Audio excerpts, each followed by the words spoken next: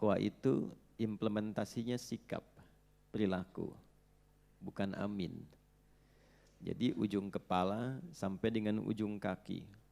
Karena di dalam Al-Quran sifat takwa itu sifatnya menyeluruh, holistik, komprehensif.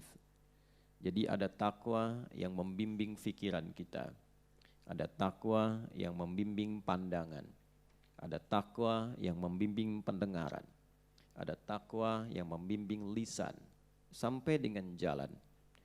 Takwa itu seringkali diawali dalam Al-Quran dengan paduan antara iman dan amal soleh. Jadi kalau kita bikin rumus A sama dengan B sama dengan C, berarti kan persamaannya A sama dengan C, B sama dengan C, B sama dengan A. Gitu kan ya? Terbayang tidak? Halo? Kalau kita bikin rumus A sama dengan apa? B sama dengan C, ya. Jangan ngantuk. Allahu Akbar. Jadi berarti A sama dengan B sama dengan C, persamaannya B sama dengan C kan? A juga sama dengan C kan? Nah, sekarang kita praktekkan ini ke rumus Al-Quran. Nah, di Quran tuh begini. Kalau ini kita tuliskan iman, ya. Ini spidolnya lelah beramal saat Ramadan.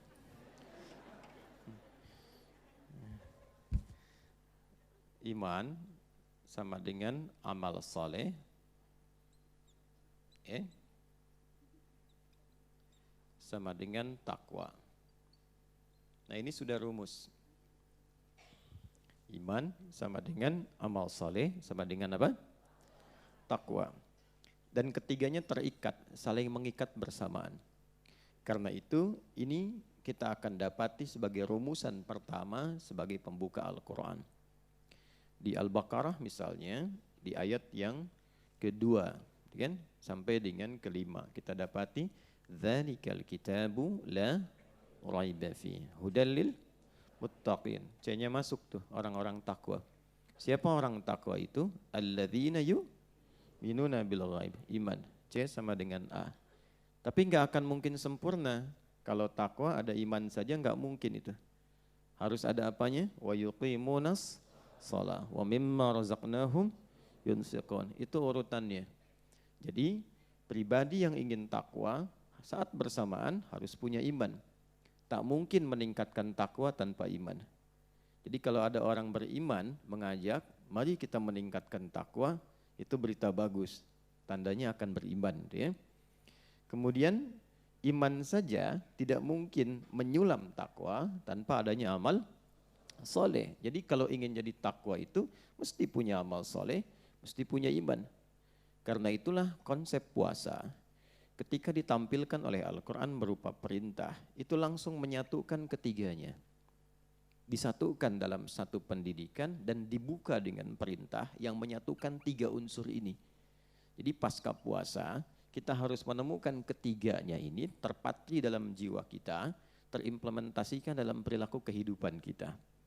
Saat ayat puasa diturunkan di bulan Sya'ban, di tahun kedua Hijrah, Allah berfirman, Ya ayyuhalladzina amanu, imannya dulu.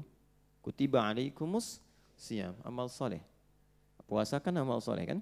Kama kutiba alal ladzina min qablikum la'allakum tattaqun. Jadi seseorang dikatakan berhasil melewati pendidikan Ramadan bila ada ikatan ketiga bagian ini yang menyulam pakaian yang ia kenakan pasca puasa. Itu yang disebut dengan pakaian takwa. Walibasut taqwa dzalika khair. Demikian di surat Al-A'raf disampaikan. Nah, kalau kita ingin mengecek berhasil atau tidak menjadi pribadi yang bertakwa, tinggal cek ini dua nih. Ada iman dan amal solehnya enggak? Nah, amal itu menjadi soleh jika dibimbing oleh iman. Kalau tidak ada iman, maka amalnya tidak disifati dengan soleh. Amal saja. Jadi dia enggak punya nilai di sisi Allah, netral saja menjadi amal. Walaupun pekerjaan yang dilakukan menurut manusia disebut baik. Amal itu pekerjaan, aktivitas. Ya, menatap, memandang aktivitas, mendengar aktivitas, memberi, membantu aktivitas.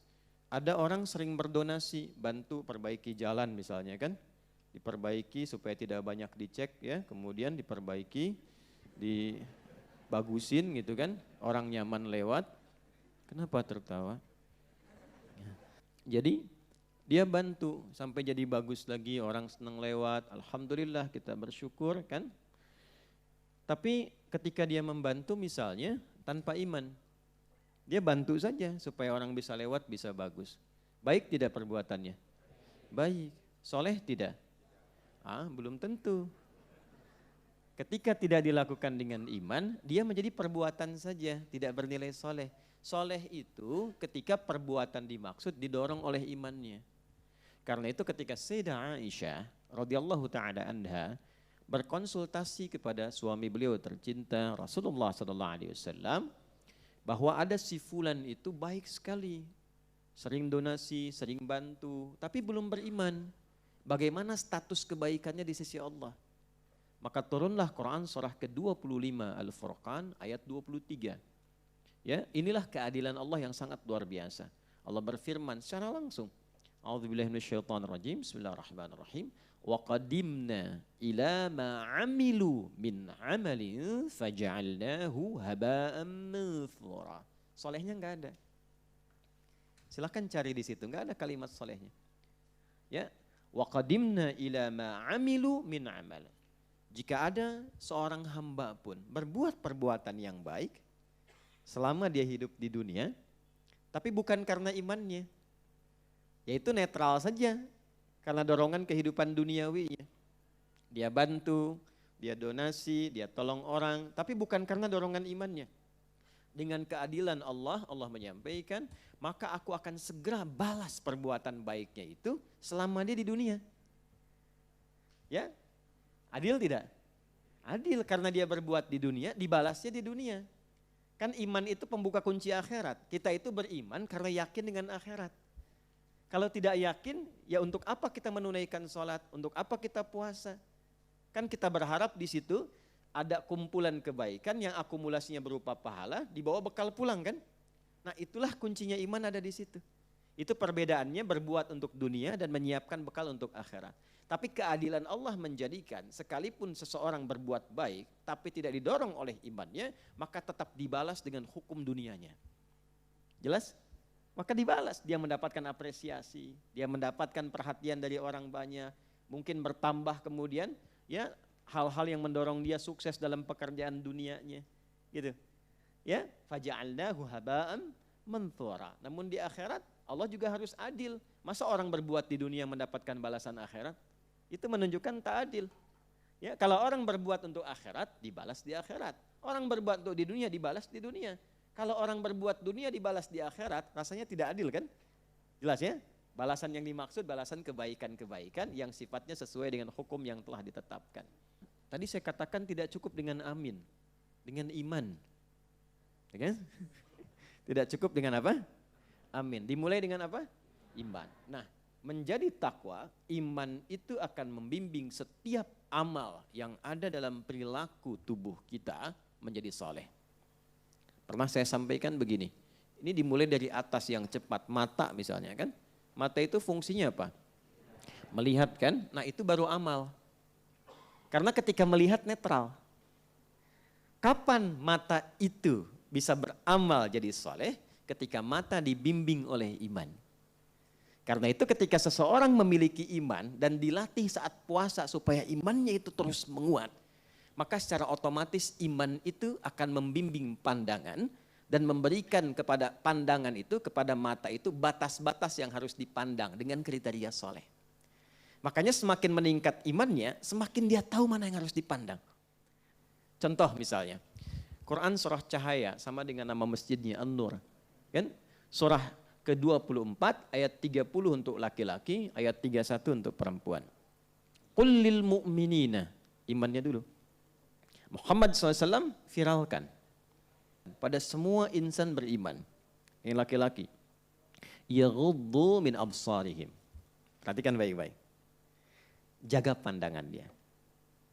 Jaga pandangannya. Jadi orang kalau sudah memiliki iman, itu pandangan pasti terjaga. Bukan nggak boleh lihat, silahkan dilihat. Tapi ketika apa yang dilihat bermasalah menurut imannya, dia pasti akan palingkan. Gitu. Contoh, ada yang terkait dengan aurat. Aurat itu sesuatu yang terbuka, yang bila terlihat nggak enak dilihat. Makanya ditutup.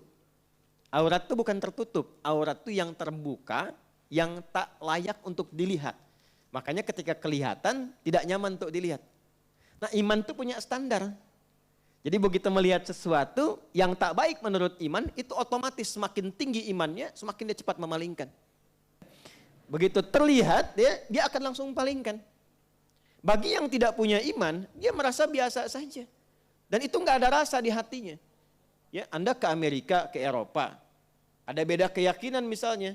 Ya, ada yang belum memiliki iman, bagi dia pakaian terhormat biasa saja. Yang penting bagi dia merasa nyaman. Mungkin aurat terbuka dan sebagainya. Standarnya memang standar kehidupan budaya. Tapi bagi orang punya iman tidak. Ada sesuatu yang tak boleh dilihat. Itu aurat yang tak layak tampak. Pertama kan salah lihat ya. Ibu juga sama ayat 31-nya. Wa kullil mu'minati yaghdudna min absarihinna. Itu hal pertama yang paling pokok. Nanti turun dari mata turun ke mulut dulu, masa langsung ke hati. Ya, ke lisan dulu. Ini banyak persoalan nih. Dari mata turun ke lisan, langsung ke hati aja. Ya, turun ke lisan, pindah ayat Quran surah 49 misalnya, ayat 11 sampai 12. Ya ayyuhalladzina amanu la yasraqa minkum. Hei orang-orang yang beriman, gunakan lisanmu pada yang baik-baik untuk bertutur. Jangan saling mencela. La yaghtab ba'dukum ba'dha. Jangan bikin hoax. Jangan berselisih. Jangan saling merendahkan. Tuh. Coba dicek, selama puasa kita latihan kan ya? Ya, supaya menjaga lisan, pasca puasa berubah enggak itu? Sampai ke ujung kaki. Jadi kalau baru selesai puasa sudah ribut, sudah berselisih, sudah rame, sudah mencela, itu pasti ada problem dalam pendidikan puasanya. Jelas?